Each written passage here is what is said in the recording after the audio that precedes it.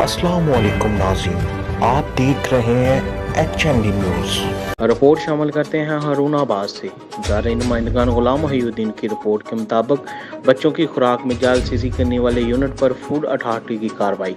Food safety team کا سبزہ دار ہاؤسنگ اسکیم ہارون آباد میں سنیکس یونٹ پر چھاپا، 40 کلو مس لیبلنگ پاپڑ، 6 کلو فیک پیکنگ مٹیریل طلب، مالکان کو 25,000 روپے جرمانہ عائد کر دیا۔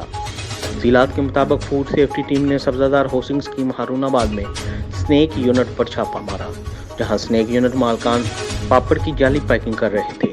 آل تبدیلی کا کوئی ریکارڈ واضح نہ کیا گیا۔ پاپڑ تلف کر کے مالکان کو جرمانہ عائد کر دیا گیا۔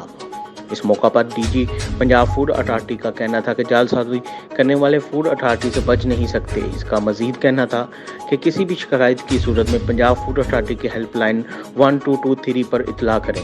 مزید نیوز سے آگاہ رہنے کے لیے دیکھتے رہیے HND نیوز۔